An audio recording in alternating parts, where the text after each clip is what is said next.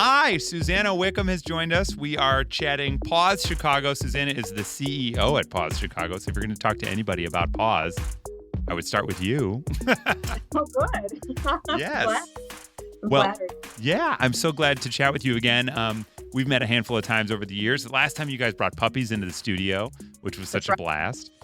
And, And and I think you said you wanted to MC a pause event, and your wish is soon to come true. I don't know if it's a good thing or a bad thing, because I was like, I'm all in. I would love to do it. And then you were like, okay, cool. So we'll see you November 17th. I was like, oh, okay.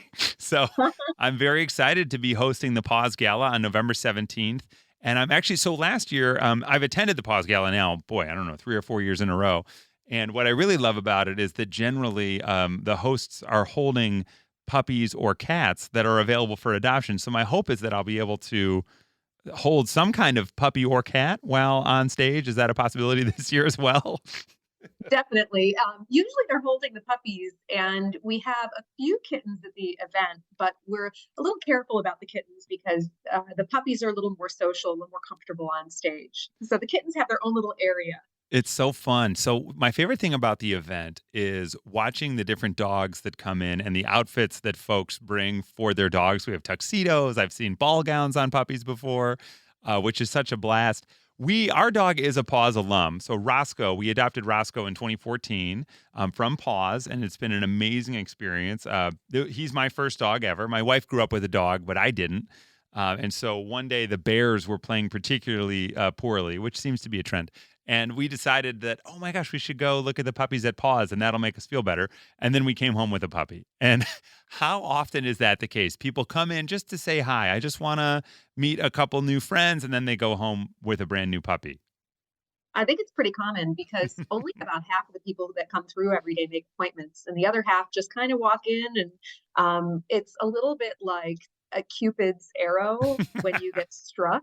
That's what happened to me. My PAWS dog was my first dog almost 11 years ago, and I met him at a PAWS event. I was not looking to have a Yeah. dog, and I was just love struck. Yeah. And it's when that happens. That's exactly what happened to us. There were a handful of dogs in a little play area. My wife sat down, and then our dog Roscoe jumped into her arms, and we were like, okay, we're all done. They choose you is really, I've heard that phrase, and I know some people say it's cliche, but I think it's true that they really do. And that was our experience. And now every year at the PAWS Gala, we walk around and you can see puppies with little yellow, often they're yellow or Yeah, gold, the bandanas on. And that's how the you bandana. know, oh, you could go home with this puppy tonight. How many Yeah. dogs will be kind of open for adoption at the event itself on November 17th?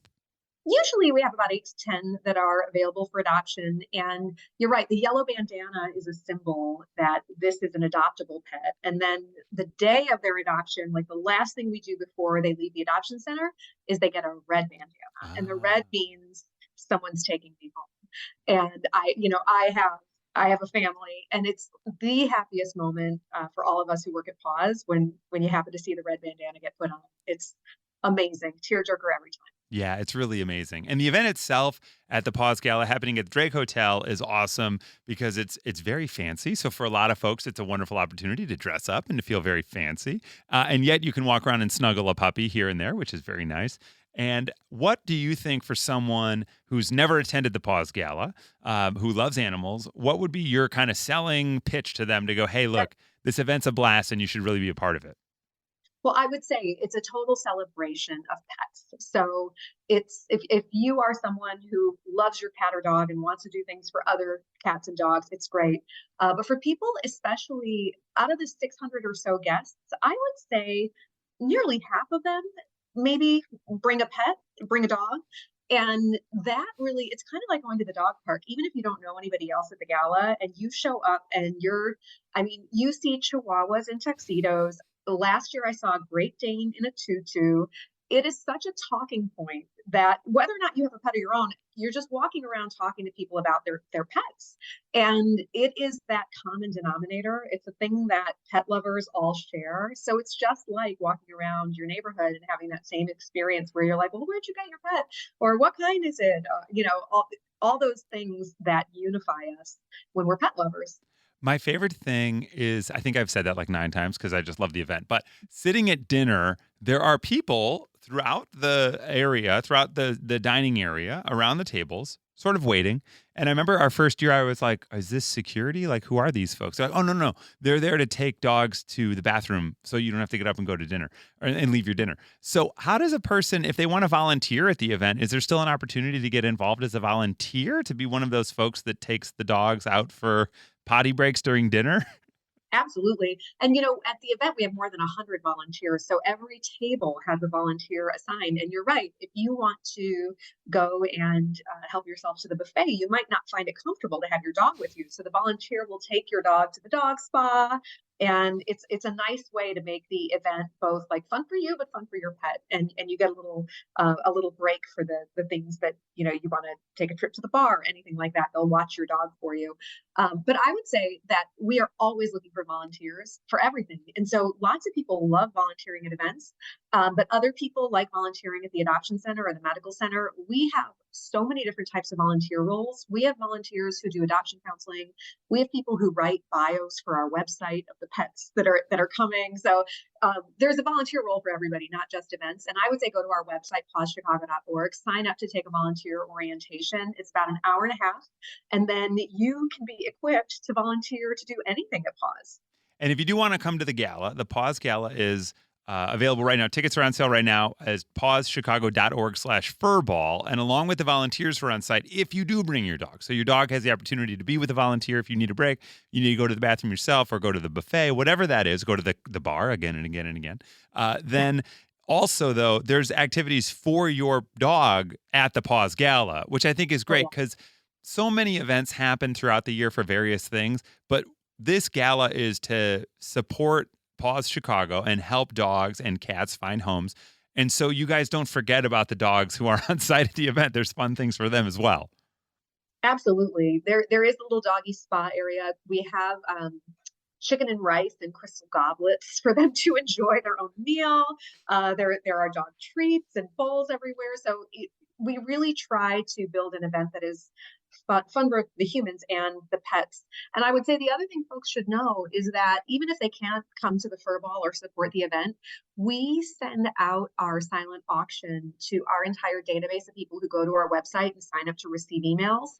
Or you could just go to our website and you can see the items available for auction. We have things like signed guitars and sports tickets and restaurant experiences. And the great thing is that you can bid on these really cool things that are donated to the event and then help us save more animal lives. That's amazing. And it's the 22nd annual. For someone who is coming to the event for the first time and they're going, okay, cool, I'm going to buy this ticket to this dinner. And where does that all go? What's that all for? What happens to the money that's being raised by the ticket sales, the money raised by the live auction and the silent auction for PAWS Chicago? Such a great question. So this is our biggest fundraiser of the year. And the last 6 weeks of the year are when we raise the bulk of the funds to operate all year long. And what many people don't know is that in addition to having a really big adoption program where we find homes for about 5,000 pets a year, we also run a hospital in Little Village, a homeless pet hospital, where we have a clinic that provides free and low-cost spay, neuter, and vaccines, and in some cases, medical care to more than 20,000 pets a year, in addition to the ones in our adoption program. Because what we really want to do as an organization is end euthanasia. We want to build a no-kill Chicago. And we know that adoption is a great way to do a lot of the work, but it's not the only thing that needs to be done. Offering spay-neuter to prevent the overpopulation of homeless pets, to prevent too many strays from being born, is a really important key. And PAWS is doing that work and offering. We've done today over 312,000 free and low-cost spay-neuter surgeries in the Chicago area. So that is something we're really proud of. So people who are supporting our work are not just supporting pet adoption, which we know is wonderful, but also helping to build a no-kill Chicago. Well, it's an amazing organization, and it's such a fun event. I'm so excited to be emceeing this year. If you would like to join us at the PAWS Furball, all you have to do is go to pawschicago.org/furball, where you can get your tickets right now. Tickets are available. They're going to sell out. I'm going to say that right now. So get your tickets before they're all gone. It's going to be a blast. You've never been to an event like this before because the entire night you get to walk around and meet other dogs and meet dog lovers and take photos with dogs. And there's so much fun to be had for dog and animal lovers all. And there's great live music. and the bar. It's always very strong pours, I find. I don't know if you guys ask them to do that to help with the raising of the funds, but it's always a very fun night and then a rough morning. So it's great. Yeah, I'm very excited.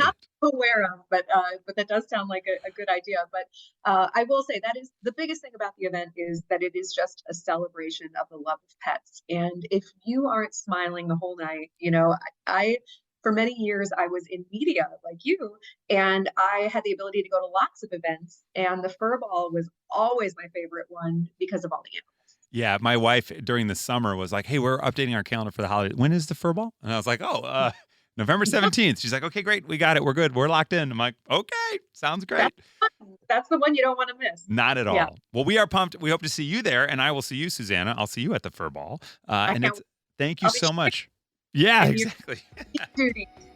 Well, thank you for inviting me to MC. I'm really excited. It's going to be a blast. So I can't wait to see you there. And thanks so much for your time today. Thank you.